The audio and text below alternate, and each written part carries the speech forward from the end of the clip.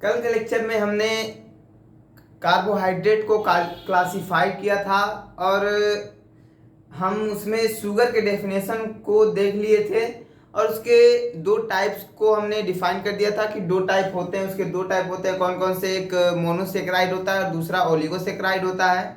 आज के लेक्चर में हम इसके उसके आगे बढ़ेंगे, मीन्स मोनोसेक्राइड के डेफिनेशन को देखेंगे, फिर ओलिगोसेक्राइड के डेफिनेशन को देखेंगे, फिर उसके टाइप्स को देखेंगे और आगे फर्दर क्लासिफाई करेंगे हम, ठीक है, कार्बोहाइड्रेट को। तो आगे जो शुगर के दो टाइप्स होते हैं शुगर के, हमने चार्ट के थ्रू सबसे पहले आपको बता दिया था कौन कौन से टाइप्स होते हैं। पूरे कार्बोहाइड्रेट को डिफाइन कर दिया था कितने टाइप्स के होते हैं, क्या क्या होते हैं। तो उसमें हमने सबसे पहले स्टार्ट किया था शुगर के डेफिनेशन को, फिर उसके टाइप्स को देखा था कि वो दो टाइप्स के होते हैं, मोनोसेक्राइड और ओलिगोसेक्राइड। तो पहला क्या है, पहला है मोनोसेक्राइड।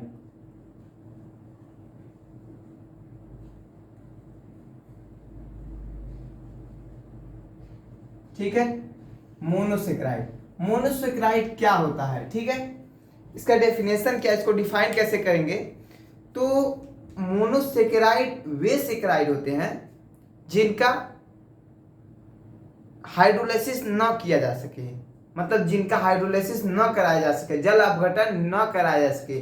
दोज सेक्राइड वे saccharide which are not hydrolysed, ठीक है, which are not hydrolysed are called monosaccharide. ठीक है, वे सारे सेक्राइड मोनोसेक्राइड कहे जाएंगे जिनका क्या हो, हाइड्रोलाइसिस न हो सके।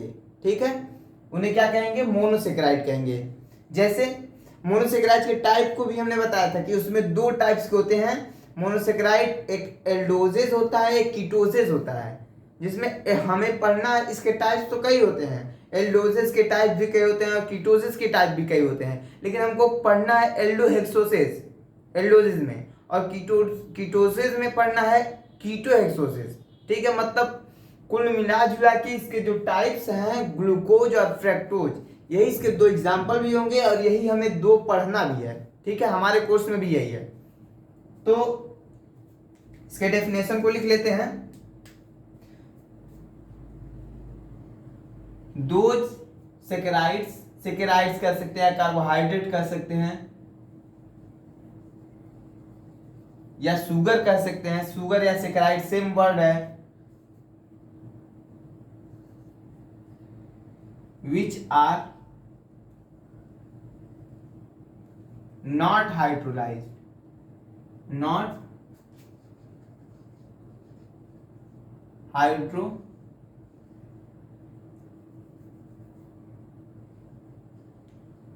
हाइड्रोलाइज्ड, ठीक है, आर कॉल्ड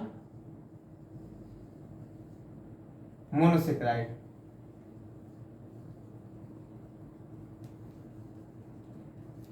ठीक है, उन्हें क्या कहा जाएगा, मोनोसेक्राइड कहा जाएगा। इसके कौन कौन से टाइप्स हैं हमने बताया था, एग्जाम्पल के तौर भी, एग्जाम्पल में भी वही आएगा और टाइप्स में भी वही आएगा। कौन कौन सा है, पहला है हमारा एल्डोजेज, और दूसरा क्या है हमारा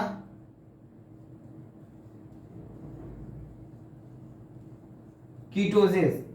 एल्डोजेज में क्या आता है, एल्डोजेज में हमको पढ़ना क्या है, एल्डोहेक्सोज,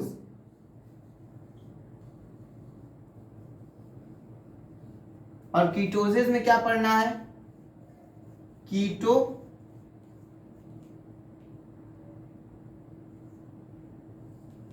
हेक्सोज। ठीक है, अब एल्डोहेक्सोज क्या होता है, ऐसा हेक्सोज मतलब 6 कार्बन का श्रृंखला है। ठीक है, 6 कार्बन चेन है, मतलब कार्बन चेन में उसमें 6 कार्बन है और उसमें क्या है, एल्डिहाइडिक ग्रुप है। तो इससे जो बनता है एल्डोहेक्सोज, वह क्या होता है, ग्लूकोज होता है। क्या होता है, ग्लूकोज होता है। और इससे जो मिलता है इससे क्या कहते हैं, फ्रक्टोज। हमने बताया भी था आपको कि ग्लूकोज और फ्रक्टोज में मेजर डिफरेंस यही होता है कि जो ग्लूकोज होता है उसमें एल्डिहाइडिक ग्रुप पाया जाता है और जो फ्रक्टोज होता है उसमें कीटोनिक ग्रुप पाया जाता है। ठीक है। इसीलिए ग्लूकोज को एल्डोहेक्सोसिस कहा जाता है और फ्रक्टोज को कीटोहेक्सोसिस कहा जाता है, क्योंकि ग्लूकोज में एल्डिहाइडिक ग्रुप पाया जाता है और फ्रक्टोज में कीटोनिक ग्रुप पाया जाता है। ठीक है, तो ये हो गया हमारा मोनोसेकेराइड किसे कहते हैं, इसके टाइप्स एग्जांपल सब हो गए। ठीक है, अब हम आएंगे ओलिगोसेकेराइड पे। ओलिगोसेकेराइड किसे कहते हैं, ठीक है।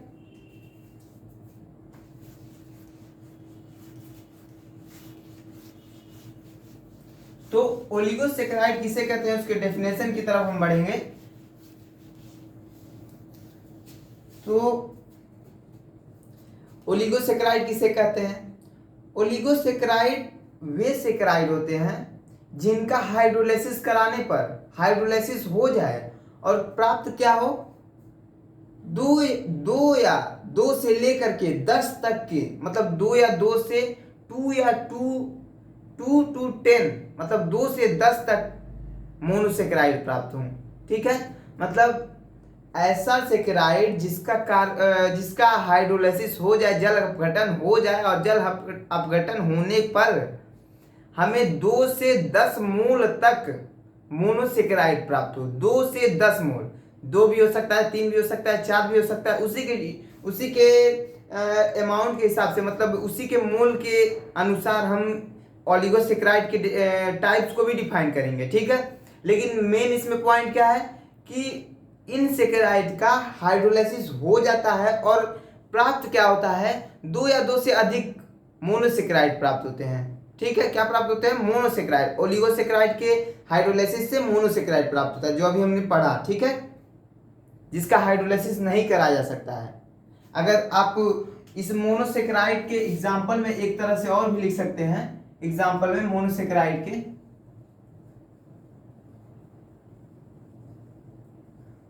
जो मोनोसेकेराइड था उसके एग्जाम्पल में आप ग्लूकोज को भी दिखा सकते हैं, ऐसे भी दिखा सकते हैं कि अगर ग्लूकोज है,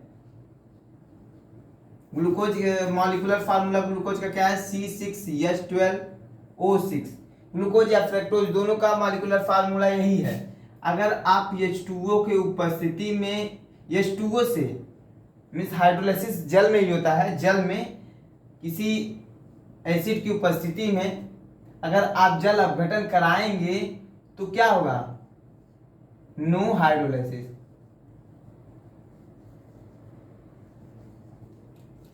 ठीक है, हाइड्रोलाइसिस नहीं होगा। ठीक है, तो ये उसका एग्जाम्पल आप दे सकते हैं। अगर एग्जाम में आपके लिखने के लिए आ गया तो एग्जाम्पल के तौर पे ये भी लिख सकते हैं। ठीक है,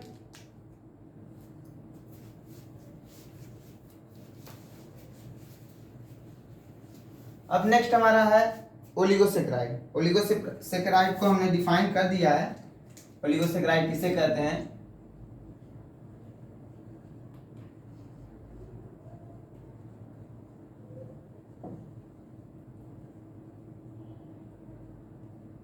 ओलिगोसेकेराइड किसे कहते हैं, तो इसका डेफिनेशन लिख लेते हैं हम। दोज सेकेराइड्स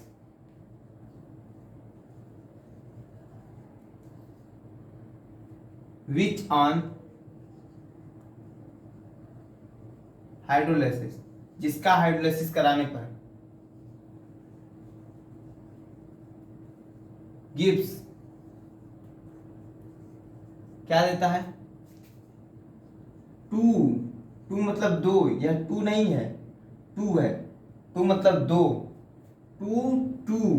2 से 10 mole of monosaccharide.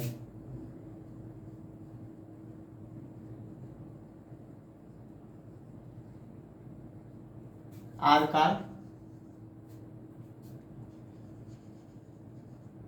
Oligosaccharide.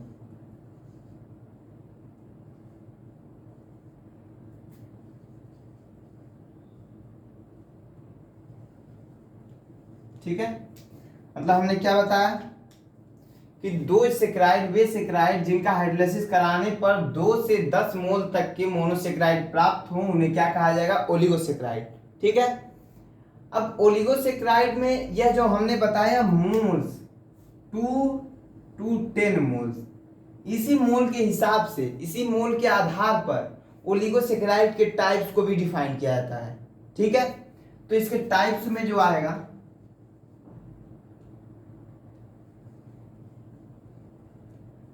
Types में, तो टाइप्स में जो भी हम बताएंगे डेफिनेशन या जो भी इसके टाइप्स हैं उनके जो एग्जांपल है वही इस ओलिगोसेकेराइड के भी एग्जांपल हो जाएंगे। ठीक है, तो हमें उनको अलग से बताने की जरूरत नहीं है, हम उसके टाइप्स को बताएंगे, उसमें जितने भी एग्जांपल बताएंगे सारे टाइप्स के, जितने भी टाइप्स होंगे उनसे जितने जितने एग्जांपल होंगे वो सारे ओलिगोसेकेराइड के एग्जांपल होंगे, क्योंकि ये सब इसी के क्या है, टाइप्स हैं। ठीक है, तो इसमें फर्स्ट पहला टाइप आता है, सबसे पहला टाइप आता है डायसेकेराइड।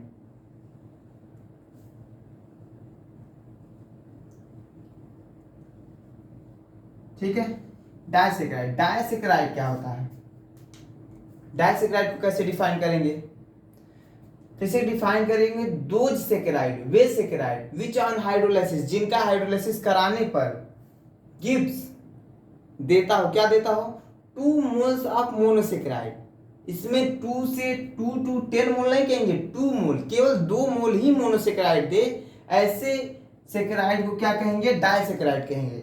इसका डेफिनेशन कैसे लिखेंगे, दोज सेकेराइड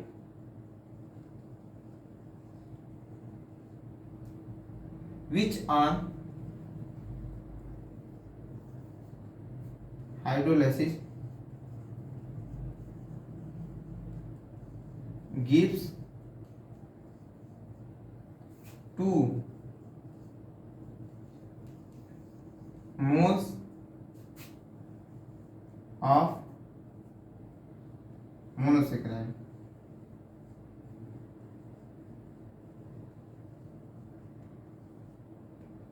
आर का डायसेकेराइड।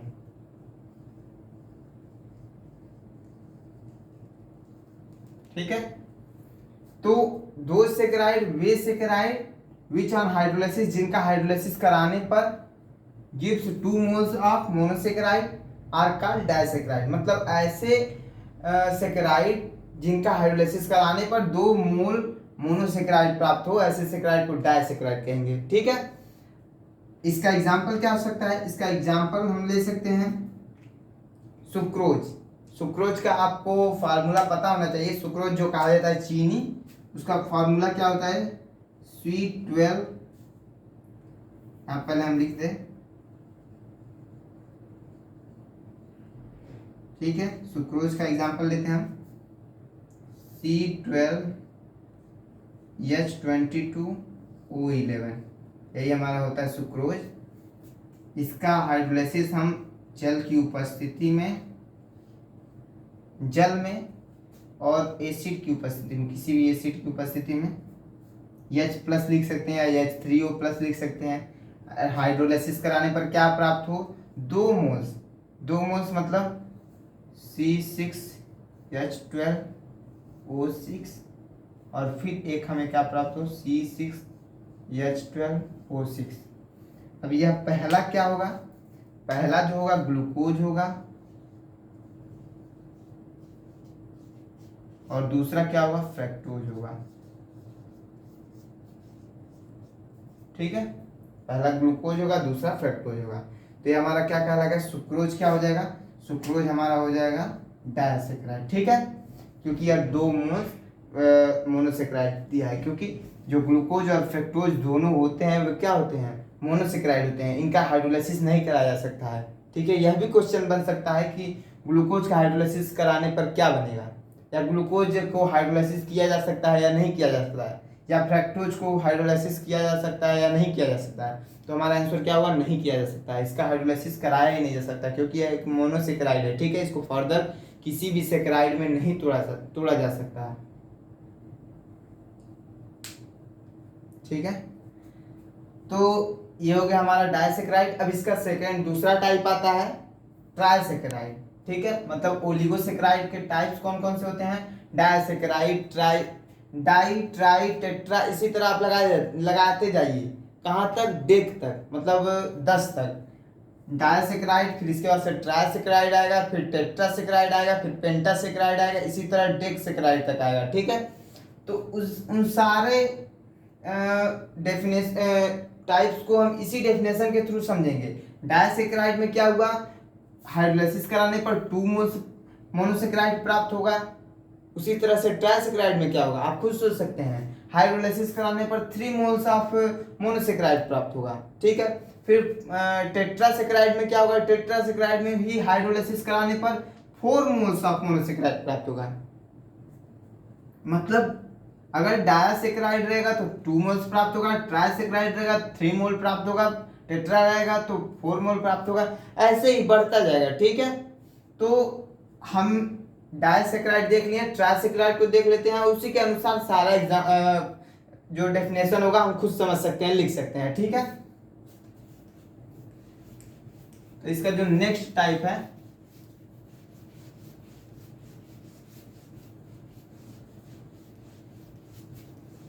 नेक्स्ट टाइप क्या आता है, इसका जो नेक्स्ट टाइप आता है,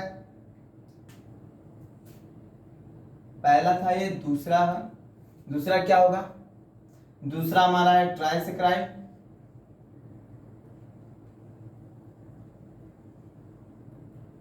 ट्राइसेक्राइड, ट्राइसेक्राइड क्या होगा, ट्राइसेक्राइड का डेफिनेशन भी इसी तरह से लिख सकते हैं, those saccharide which on hydrolysis gives 3 moles of monosaccharide. Means इसमें मेन क्या है, ऑन हाइड्रोलाइसिस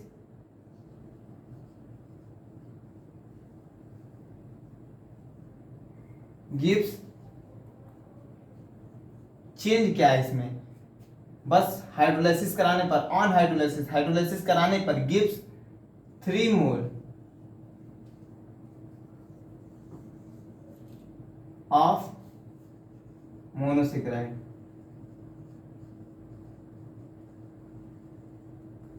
ठीक है, 3 मोल मोनोसेक्राइड प्राप्त हो। ठीक है, वही क्या होगा, ट्राइसेक्राइड। इसका एग्जाम्पल क्या होगा, इसका एग्जाम्पल देखिए, इसका एग्जाम्पल लिखने के लिए आपको यह फॉर्मूला तो मान लीजिए सुक्रोज का तो याद हो सकता है, इसके आगे आता है, इसका एग्जाम्पल में आता है, इसके एग्जाम्पल में आता है रेफिनोज। ठीक है, उसका फार्मूला क्या होता है, उसका फार्मूला होता है C18H32O16।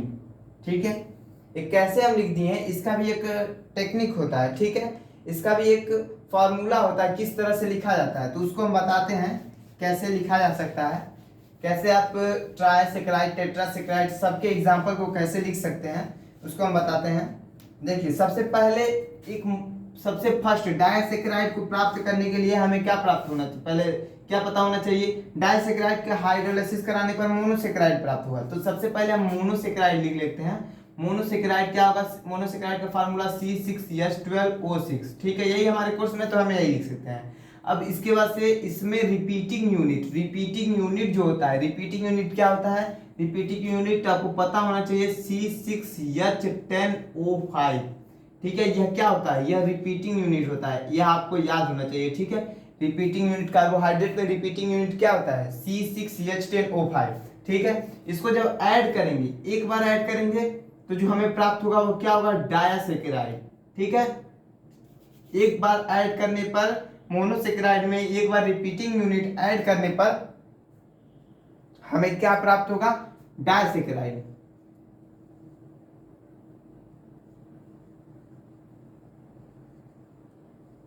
ठीक है, डायसेक्राइड, डायसेक्राइड क्या उसका, इसको जोड़ने पर क्या होगा, C12H22O11। देखिए, यही क्या है, सुक्रोज है। देखिए, फार्मूला सेम है बिल्कुल। ठीक है, फिर इसमें ये डायसेक्राइड है, फिर इसमें क्या करें हम, फिर इसमें रिपीटिंग यूनिट जोड़ दें। रिपीटिंग यूनिट क्या है, C6H10O5। तो जोड़ने पे हमें क्या प्राप्त होगा, जोड़ने पे हमें प्राप्त होगा C18H32O16। यह क्या है, रेफिनोज है, रेफिनोज है। यह क्या है, ट्राइसेक्राइड। ठीक है, ये ट्राइसेक्राइड है, इसका नाम क्या होता है, रेफिनोज। यह हमारा क्या है, यह हमारा ट्राइसेकेराइड का एग्जांपल है। इसी तरह हमें टेट्रासेकेराइड का अगर हमें प्राप्त करना हो तो हम क्या करेंगे, ट्राइसेकेराइड में रिपीटिंग यूनिट को फिर क्या करेंगे, ऐड कर देंगे C6H10O5, इसको फिर ऐड करेंगे तो जो हमें प्राप्त होगा वो क्या होगा, टेट्रासेकेराइड होगा। ठीक है, इसी तरह से हम इसको जोड़ जोड़ करके क्या निकाल सकते हैं, जो भी अगर हमें पेंटासेकेराइड का एग्जांपल देना है तो मोनोसेकेराइड में जो रिपीटिंग यूनिट होगा उसको कितनी बार जोड़ेंगे, एक बार जोड़ेंगे तो डाइसेकेराइड, दो बार जोड़ेंगे तो ट्राइसेकेराइड, तो इसे 4 बार जोड़ेंगे तो पेंटासेकेराइड प्राप्त होगा। ठीक है, तो उससे हम उसके एग्जाम्पल को भी लिख सकते हैं, नाम कोई जरूरी नहीं है लेकिन हमें फॉर्मूला तो मिल गया। ठीक है, उसके लिए टेक्निक है। ठीक है, इसी तरह से प्राप्त किया जाता है। ठीक है, ट्रिक नहीं है कोई, यह रियल एनालिसिस है जिसके आधार पे इसको प्राप्त किया जाता है। ठीक है, तो रेफिनोज को अब इसको आप इसका स्क्रीनशॉट ले सकते हैं, ये जो फॉर्मूला है जिसके थ्रू निकाला जाता है। ठीक है, तो अब इसे हम मिटाते हैं।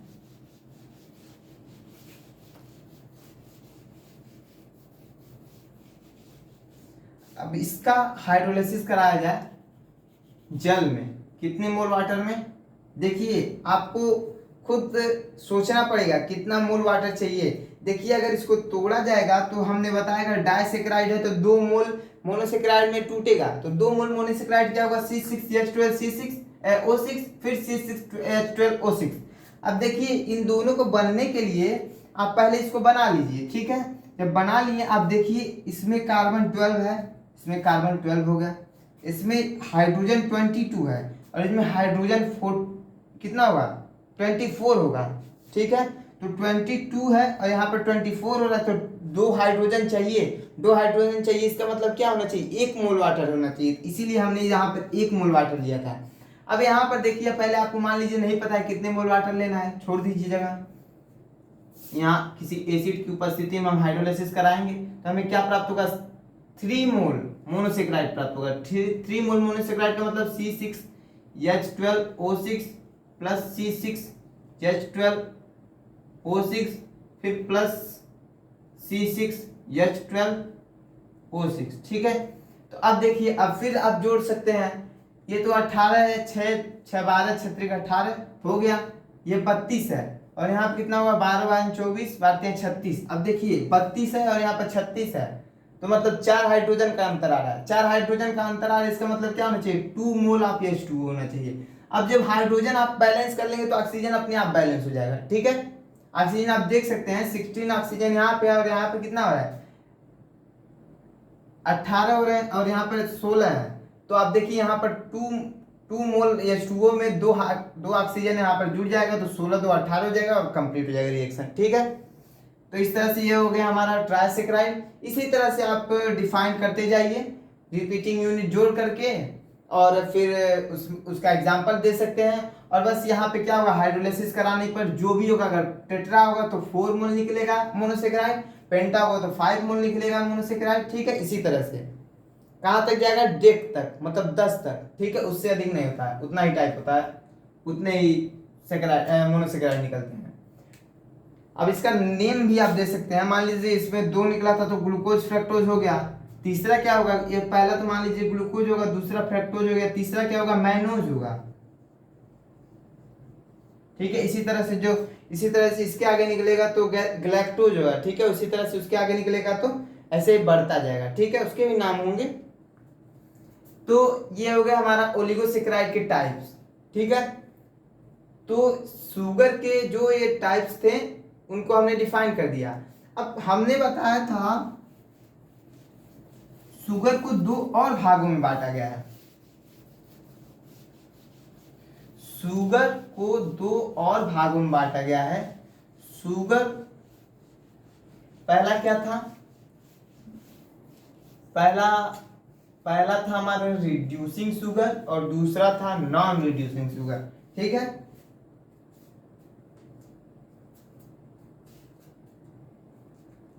क्या बताया था हमने, शुगर आल्सो 2 टाइप्स, 2 टाइप्स के होते हैं। पहला क्या होता है,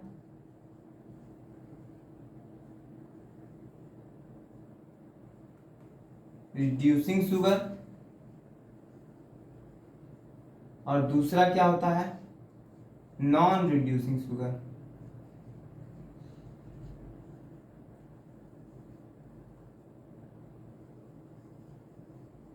अब रिड्यूसिंग शुगर और नॉन रिड्यूसिंग शुगर क्या होता है, तो रिड्यूसिंग शुगर किसे कहते हैं, तो पहला टाइप हमारा है रिड्यूसिंग शुगर। ठीक है, पहला टाइप है रिड्यूसिंग शुगर। तो पहले टाइप को समझते हैं, इसको हटा देते हैं, अगले बार नेक्स्ट टॉपिक में देखेंगे। रिड्यूसिंग शुगर किसे कहते हैं, तो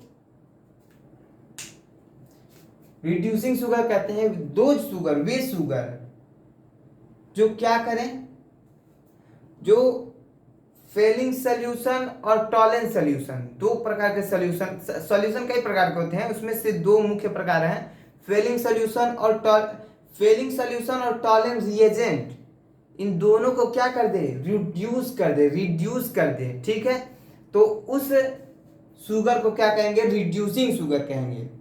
और इसी तरह से नॉन रिड्यूसिंग का डिफिनेशन क्या हो जाएगा, अगर क्या नाम है, टॉलेंस रिएजेंट और फेलिंग सोल्यूशन, यही तो दो मेन पॉइंट हैं कि अगर कोई sugar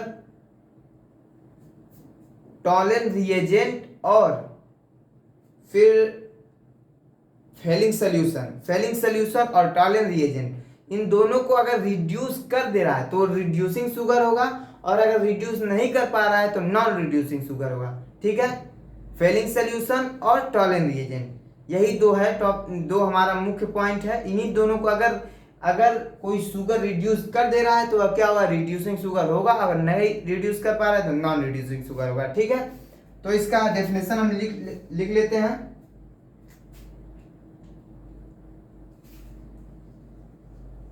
Those sugar which reduces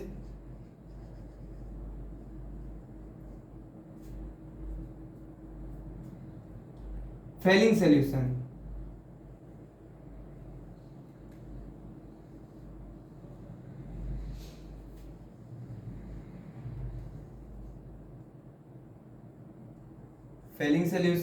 and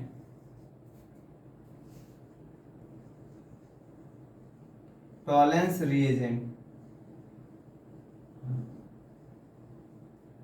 are called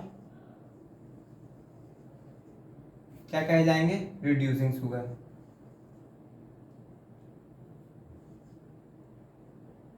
reducing sugar, ठीक है, उन्हें क्या कहेंगे, रिड्यूसिंग शुगर कहेंगे। ठीक, अब इसका एग्जाम्पल क्या होगा, इसके एग्जाम्पल सारे मोनोसेकेराइड एंड डायसेकेराइड क्या होते हैं, रिड्यूसिंग शुगर होते हैं, लेकिन उसमें एक एक्सेप्शन होता है, सुक्रोज जो होता है वो डायसेकेराइड में आता है, लेकिन वो सुक्रोज डायसेकेराइड में आने के बावजूद भी सुक्रोज रिड्यूसिंग शुगर नहीं होता है। ठीक है, वह फेलिंग सोल्यूशन और टॉलेंस रिएजेंट को रिड्यूस नहीं कर पाता है। ठीक है, मतलब इसका एग्जाम्पल क्या होगा, एग्जाम्पल इसका होगा सारे आल मोनोसेकेराइड,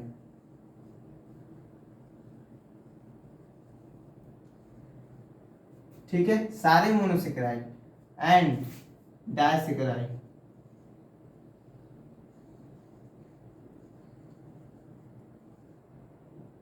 एक्सेप्ट किसको छोड़कर, शुगर, शुगर कह रहे हैं, हाँ शुगर, एक्सेप्ट सुक्रोज, शुगर नहीं सुक्रोज, एक्सेप्ट सुक्रोज। सुक्रोज जो होता है वह क्या होता है, डायसेकेराइड होता है। ठीक है, लेकिन वह डायसेकेराइड सभी डायसेकेराइड क्या होते हैं, रिड्यूसिंग शुगर होते हैं, किसको छोड़ करके, सुक्रोज को छोड़ करके। सुक्रोज के अलावा जितने भी डायसेकेराइड हैं सारे क्या होंगे, रिड्यूसिंग शुगर होंगे, और सारे मोनोसेकेराइड क्या होंगे, रिड्यूसिंग शुगर होंगे। अब इसी तरह से दूसरा नॉन रिड्यूसिंग शुगर को डिफाइन कर लेते हैं, इसी में लिख लेते हैं हम, दोबारा लिखने की ना पड़े। नॉन रिड्यूसिंग शुगर क्या होगा, दो शुगर विच आर नॉट, बस इसमें क्या जुड़ जाएगा, which are not reduce Fehling solution and Tollens reagent are called non reducing sugar.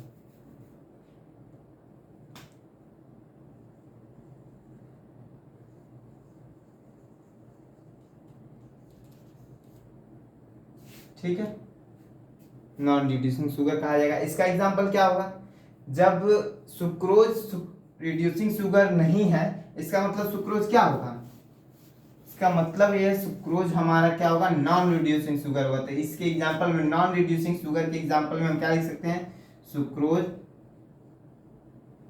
और सारे पॉलीसेकेराइड।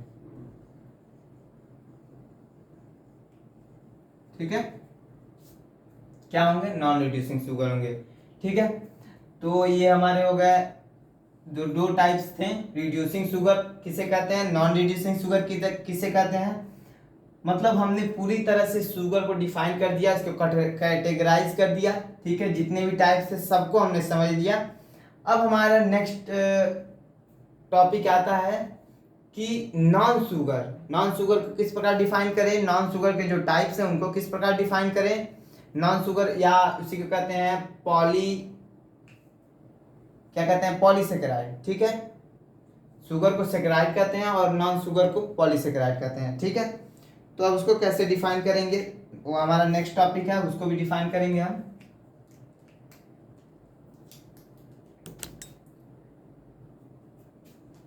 तो इसे हम हटा देते हैं।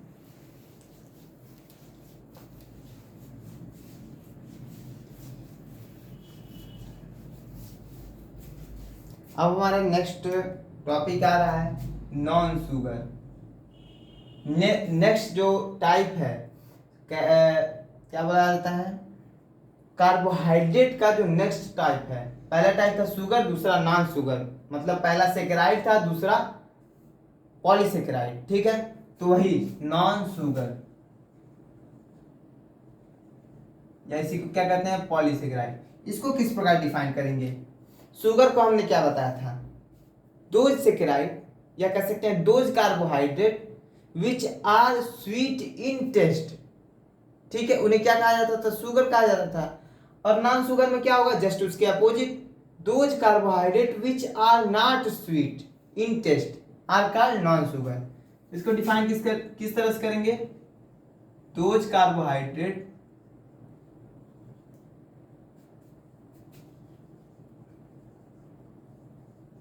which are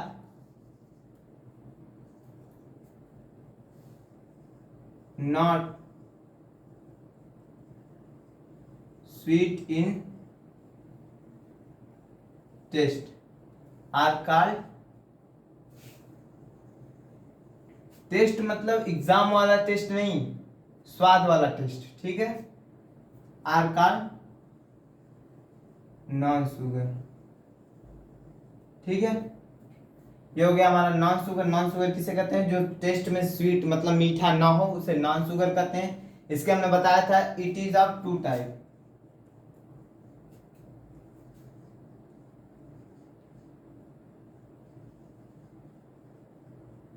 फर्स्ट क्या है, फर्स्ट हमारा है होमोपॉलीसेकेराइड,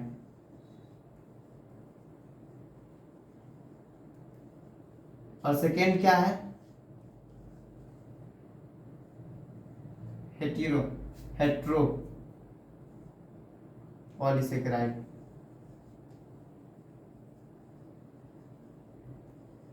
ठीक है, ये हमारे दो टाइप्स हैं।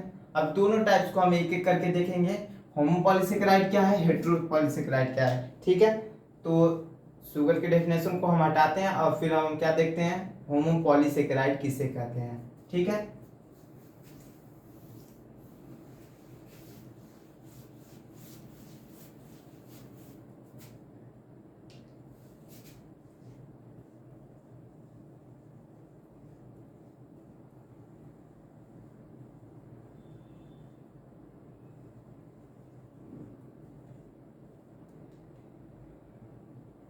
होमोपॉलीसेकेराइड किसे कहते हैं, ठीक है। तो होमोपॉलीसेकेराइड किसे कहते हैं, वे पॉलीसेकेराइड मतलब those polysaccharide which on hydrolysis, जिसका हाइड्रोलाइसिस कराने पर gives only one type of monosaccharide, सी मतलब केवल एक ही टाइप के मोनोसेकेराइड दें, ठीक है। जो भी सेकेराइड दें वह सेम टाइप्स का हो, मतलब एक ही टाइप का हो, उन्हें क्या कहेंगे हम, होमोपॉलीसेकेराइड कहेंगे, ठीक है। और इसी तरह से जस्ट इसका उल्टा, इसी से रिलेट करके हम हेट्रोपॉलीसेकेराइड की डेफिनेशन को भी समझ सकते हैं। उसका क्या होगा, उसका डेफिनेशन क्या होगा, those polysaccharide which on hydrolysis, जिसका हाइड्रोलाइसिस कराने पर गिव्स क्या देता हो, more than one types of monosaccharide, एक से अधिक टाइप्स के मोनोसेकेराइड को देता हो, उसको क्या कहेंगे, हेट्रोपॉलीसेकेराइड कहेंगे। तो फिलहाल हम होमोपॉलीसेकेराइड को देखते हैं। तो हमारा नेक्स्ट टाइप है होमोपॉलीसेकेराइड।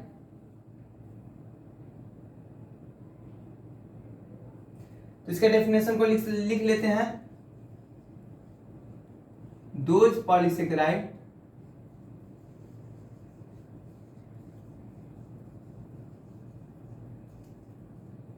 which on hydrolysis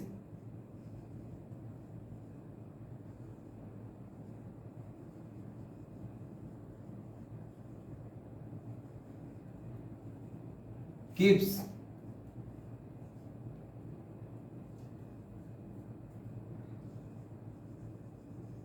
सेम, या कह सकते हैं only one type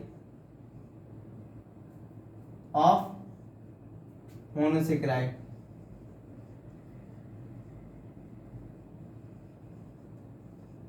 are called होमोपॉलीसेकेराइड।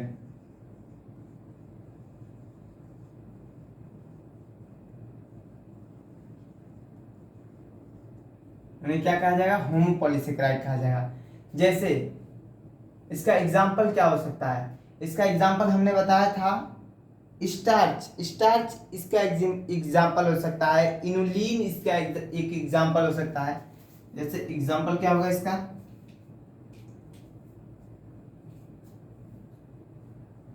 C6H10O5 whole का एन, इसे क्या कहते हैं, स्टार्च कहते हैं। इसका H2O की उपस्थिति में, किसी एसिड की उपस्थिति में, H2O में किसी एसिड की उपस्थिति में हाइड्रोलाइसिस कराया जाएगा तो n मोल ऑफ मोनोसेकेराइड प्राप्त होगा। यहाँ पर भी NH2O लिया जाएगा, ठीक है। n नंबर ऑफ मोनोसेकेराइड प्राप्त होगा जो सेम टाइप का होगा, एक ही होगा, क्या होगा, ग्लूकोज होगा। और दूसरा बताया था हमने इनुलिन, इसके टाइप्स को जब हम बताए थे तो शायद एग्जांपल में हमने बताया था स्टार्च, स्टार्च से इसका एग्जांपल होमोपॉलीसेकेराइड का। दूसरा एग्जांपल क्या होगा, मॉलिक्यूलर फार्मूला इनुलिन का भी स्टार्च की तरह ही होता है, C6H10O5 होल का n, यानी H2O के साथ एसिड की उपस्थिति में अपघटन कराएंगे तो C6H12O6 प्राप्त होगा, लेकिन यह क्या होगा, फ्रक्टोज होगा, ठीक है। यह क्या है, इनुलिन।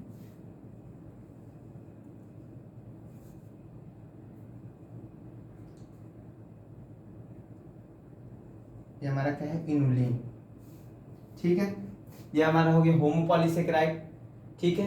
अब हमारा नेक्स्ट टाइप जो है हेट्रोपॉलीसेकेराइड। तो हेट्रोपॉलीसेकेराइड को भी इसी तरह से डिफाइन करेंगे।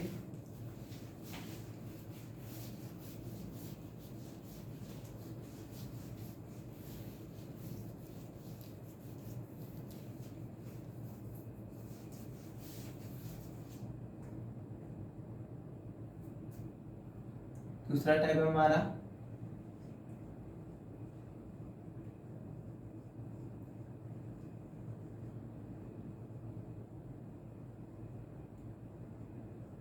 हेट्रोपॉलीसेकेराइड, ये क्या होता है? हमने इसका डेफिनेशन तो बता ही दिया है आपको कि those polysaccharide which on hydrolysis gives more than one type of monosaccharide.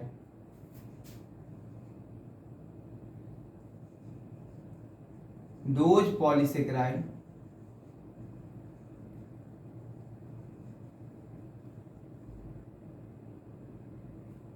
which on hydrolysis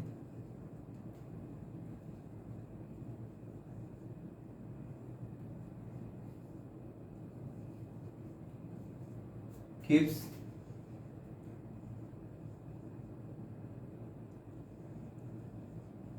more than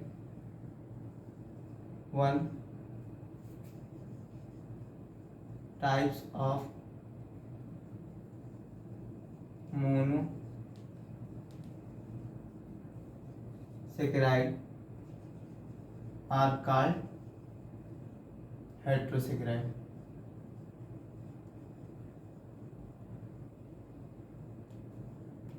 ठीक है, इसे क्या कहेंगे? हेट्रोसेकेराइड कहेंगे। इसका एग्जांपल हम ले सकते हैं। इसका एग्जांपल भी सेम इसी तरह से है। ठीक है, बस इसमें हमें प्राप्त क्या होगा? यही सेम मोनोसेकेराइड का ही एग्जांपल है, लेकिन हम इसमें जब अपघटन कराएंगे तो हमें क्या प्राप्त होगा? C6H10O5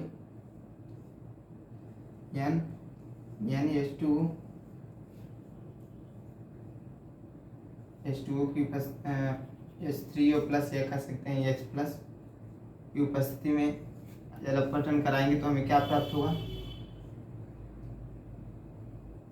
C6H12O6 plus C6H12O6 plus C6H12O6। ऐसे कितने टाइम्स? n टाइम्स हमें यही प्राप्त होंगे। पहला होगा ग्लूकोज, फिर फ्रक्टोज, फिर होगा मैनोज, फिर होगा इसी तरह से कई टाइप्स होंगे मोनोसेकेराइड के। ठीक है, ये हमारा क्या होगा? हेट्रोपॉलीसेकेराइड। तो इस तरह से हमारा पूरा कार्बोहाइड्रेट क्लासिफाइड हो गया। पूरे कार्बोहाइड्रेट के जितने भी टाइप्स होते हैं, टाइप्स के भी जितने टाइप्स होते हैं, उनको भी हमने क्या कर लिया? देख लिया, उनके डेफिनेशन को देख लिया पूरे एग्जाम्पल के साथ।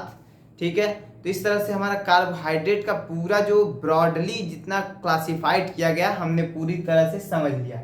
ठीक है, अब इसके बाद से हमारा नेक्स्ट टॉपिक आएगा मोनोसेकेराइड। ठीक है, मोनोसेकेराइड के जो दो टाइप हैं हमने बताया था, एल्डोजेज और कीटोसेज, मतलब एल्डोहेक्सोज और कीटोहेक्सोज, मतलब ग्लूकोज और फ्रक्टोज। ठीक है, या आप सिंपली कह सकते हैं जो मोनोसेकेराइड है उसमें हमें दो ही टाइप पढ़ना है, एक ग्लूकोज और एक फ्रक्टोज। तो अब हम दोनों को अलग अलग पढ़ेंगे। ग्लूकोज क्या होता है, फ्रक्टोज क्या होता है, ग्लूकोज को प्रिपरेशन करने के लिए, ग्लूकोज को बनाने के लिए कौन कौन सी विधियां हैं, प्रिपेयर करने के लिए कौन कौन से मेथड हैं, फिर उसके प्रॉपर्टी को देखेंगे, फिजिकल प्रॉपर्टी, केमिकल प्रॉपर्टी, इसी तरह से फिर फ्रक्टोज के देखेंगे। ठीक है, तो आज के वीडियो में बस इतना ही। अब कल के वीडियो में हम नेक्स्ट टॉपिक देखेंगे मोनोसेकेराइड। ठीक है, तब तक के लिए धन्यवाद।